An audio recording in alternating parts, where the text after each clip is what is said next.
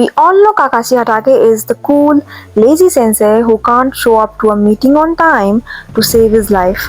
He always offers these ridiculous side-like excuses like helping an old lady with her groceries or getting lost on the path of life. But if you look closely at the canon timeline, his lateness isn't a quirky personality trait, it's actually a severe tragic psychological defense mechanism. Think about it.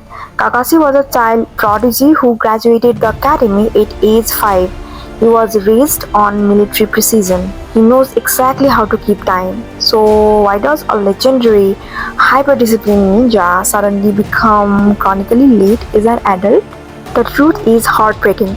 Every single time Kakashi is late to meet Team 7, it's because he has been awake since dawn, standing frozen in front of the Konoha Memorial Stone. To understand why, we have to look at who he is visiting. In the official lore and the animated Anbu arcs, we learn the heartbreaking reality. Kakashi lost his father to suicide, his teammate Obito to a cave-in, his teammate Rin by his own hand, and his mentor Minato to the Nine Tails.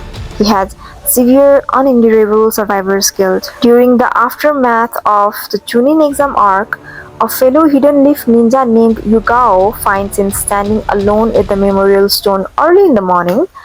Knowing his reputation, she tells him, "Since you're always late, you should try showing up earlier in the day."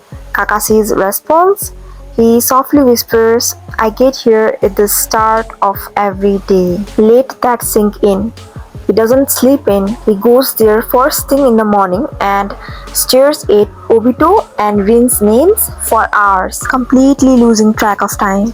In psychology, this is known as compulsive grief ritual. Because his mind cannot process the trauma of moving forward, he anchors his body to the spot where his ghost lives. Time literally dilates for him because he is mentally reliving his trauma.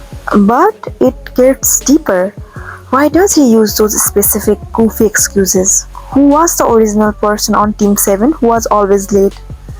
It was Obito Uchiha. Yes, and what were Obito's exact excuses? Helping an old lady cross the street. In clinical psychology, this behavior is a profound example of introjection, an unconscious defense mechanism where a traumatized person adopts the traits, habits, or quirks of a lost loved one to keep them alive inside their own identity. By acting like Obito, Kakashi subconsciously ensures that Obito didn't entirely die that day. Every time Kakashi tells Naruto and Sasuke a silly lie about why he is late, he isn't trolling them. He is actively wearing Obito's personality like a protective shield against his own crushing depression. This psychological masking explains his entire design. Why does he wear a mask that covers his face even when eating? Why does he constantly read Jiraiya's adult Icha novels out in public? It's all about creating an emotional barrier. The mask physically hides his micro-expressions and vulnerability from a world that has only ever brought him pain. The romance novels act as a cognitive distraction. By keeping his eyes glued to a trashy, low-stakes book, he signals to everyone around him, "Don't get too close to me, I'm just an aloof, harmless guy." It keeps people at a safe distance because Kakashi's core psychological fear is that anyone who gets close to him will die. He isolates himself in plain sight. So the ultimate tragedy and triumph of Kakashi Hatake is that his trauma mask eventually became his salvation. When he forced Naruto, Sasuke and Sakura to take the Bell test, his rule was Obito's exact words: "Those who abandon their comrades are worse than trash." He spent decades treating his trauma through isolation and lateness, but by pouring Obito's ideology into the next generation, Kakashi turned his chronic grief into the ultimate lesson on empathy.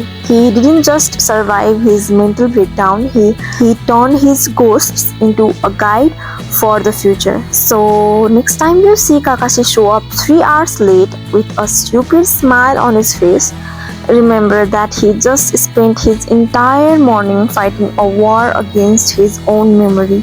and he chose to show up anyway. Let me know in the comments what's your favorite Kakashi coping mechanism. Like and subscribe for more psychological character breakdowns, and I'll see you in the next case study.